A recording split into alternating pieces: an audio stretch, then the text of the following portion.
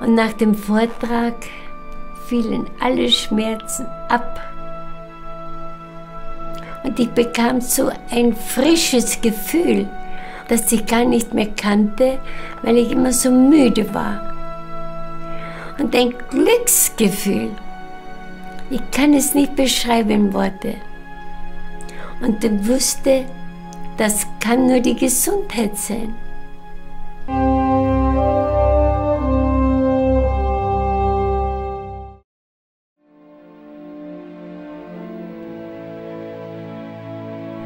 Ich hatte eine Freundin in Salzburg und die war blind. Und kein Arzt konnte ihr helfen. Ich hatte vorher Zeitungsberichte gelesen vom Geschehen am Traberhof bei Rosenheim, von den großen Massenheilungen, die durch Bruno Gröning geschehen sind. Und tat das ab. Das gibt es nicht, das kann nur ein Schwindel sein. Das hat mich nicht mehr interessiert. Und jetzt kam die Freundin und bat mich brieflich, ich soll sie begleiten nach München. Sie hat keine Begleitperson, sie will zu Bruno Gröning. So was. Nein, unmöglich, ich kann nicht. Wie kann die Laventhaler Maria mich um sowas bitten? Was ist denn los? Zum Gröning will sie. Ausgerechnet zum Gröning. Und ich soll sie begleiten. Gröning? Ist das nicht der Wunderheiler? Ach, ein Scharlatan ist der. Zu dem fahre ich nicht. Na schau, vielleicht kann er dir auch helfen. Das ist doch ein Blödsinn. Das gibt's doch gar nicht. Hin und her überlegt, sie hat niemanden als Begleitperson. Und dann entschloss ich mich und sagte, ich fahre. Grete Holzbauer lebt 1950 mit ihrer Mutter in Kärnten in Österreich. Als sie nach München zu Bruno Gröning fährt, leidet sie selbst an 3 unheilbaren Krankheiten. Wir sind dann bei Herrn Enderlin in München, Schwabing, in einer Privatwohnung empfangen worden. Und da habe ich mich entschlossen vor der Türe. Ich gehe da mit hinein, damit ich sie retten kann vor einem Scharlatan. Ich kann sehen, kann hören. Und so hat man mich hineingelassen. Eugen Enderlin ist Heilpraktiker. Vor dem Vortrag bittet er Grete Holzbauer in ein Nebenzimmer und nimmt ihre Krankengeschichte auf. Seit 15 Jahren habe ich einen chronischen Stirnhöhlenkatarrh. Die Vereiterung ist ganz verhärtet und verkrustet. Ja?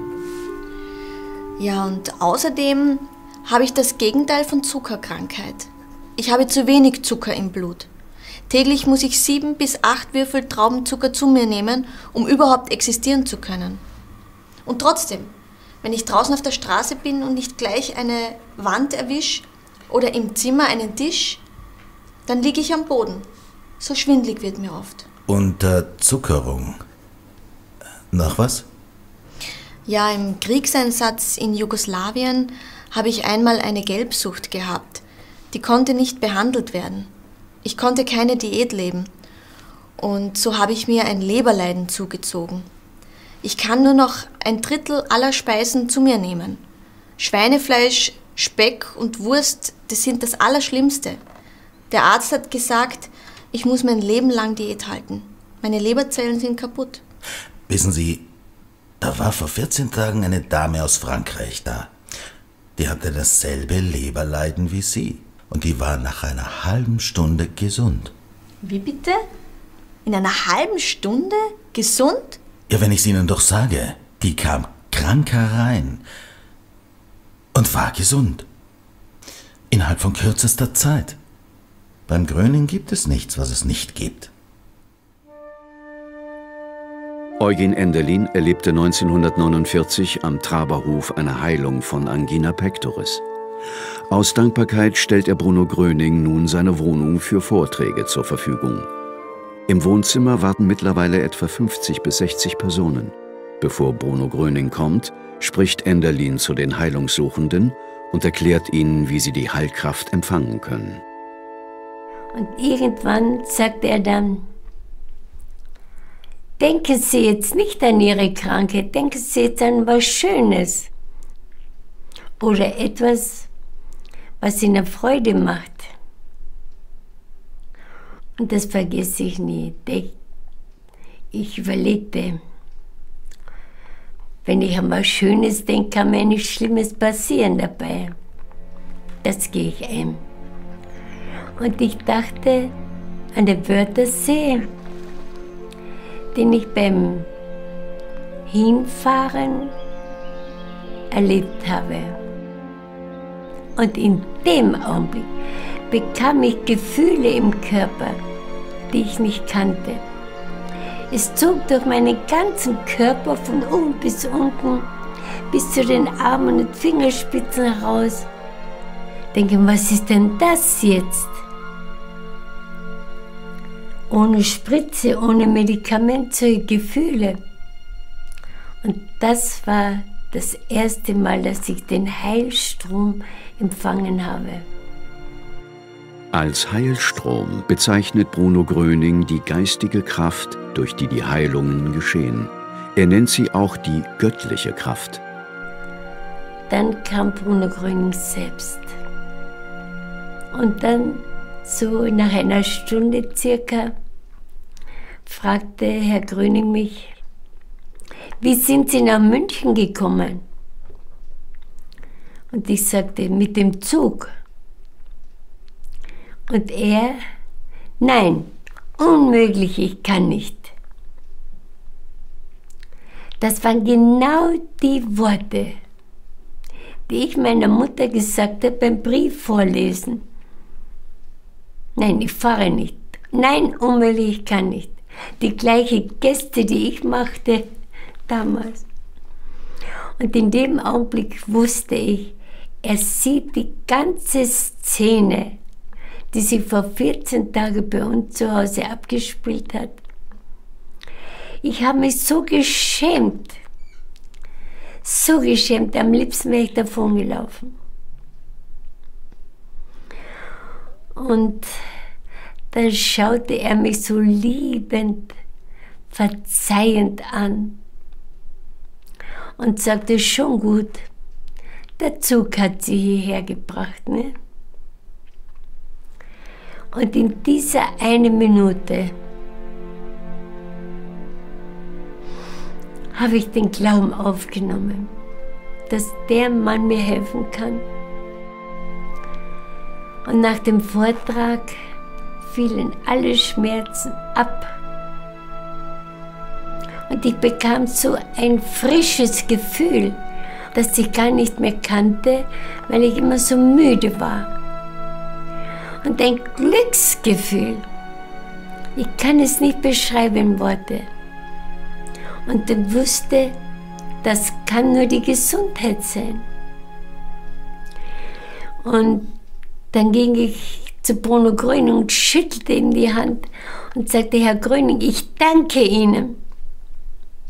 Ich fühle mich jetzt ganz gesund. Und er schaute mich von oben bis unten an und sagte: Ja, Sie fühlen es nicht nur, sondern Sie sind gesund. Aber danken Sie nicht mir, danken Sie Gott. Er hat das getan. Das konnte ich überhaupt nicht verstehen, weil ich jahrelang an keinen Gott geglaubt habe.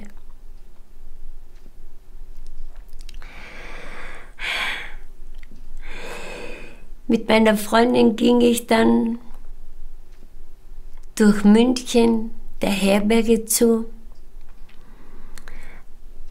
mit so einem Glücksgefühl, unbeschreiblich.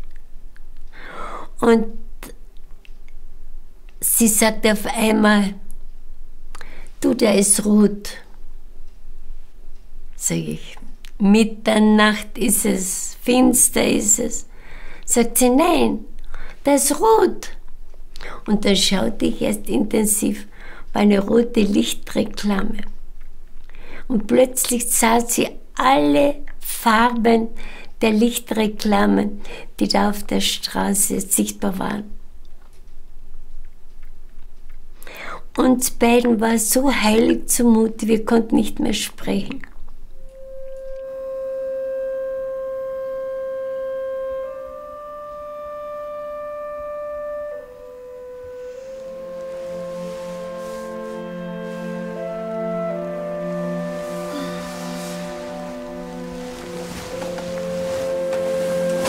Als Grete Holzbauer am nächsten Morgen aufwacht, hat sie immer noch dieses frische und leichte Glücksgefühl. Sie hat keine Schmerzen mehr und kein Schwindelgefühl.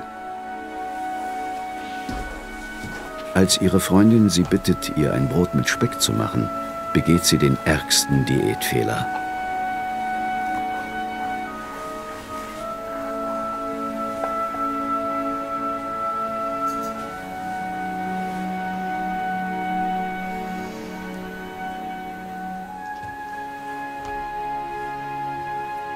Dann habe ich gewartet, dass ich Schmerzen da an der Leber bekomme, wie ich hätte bekommen müssen. 1 Stunde, 2 Stunden, 3 Stunden, keinen Schmerz.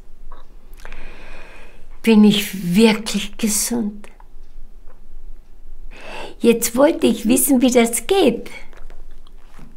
Wie geht das, dass ich auf einmal gesund bin? Keine Erklärung. Was hat der Gröning gesagt? Danken Sie Gott, er hat das getan. Gibt es einen Gott?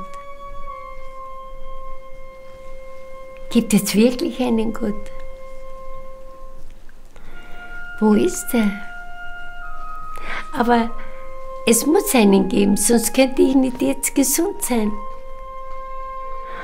Und dann erlebte ich etwas, dass ich den Gedanken bekam, ja, es gibt einen Gott. Das ist ja der Beweis. Und der ist nicht da oben, der irgendwo als Geist schwebt. Der muss ja bei mir sein. Und der muss in Wirklichkeit ganz lieb sein, dass er mir ohne meinen Verdienst einfach die Gesundheit schenkt.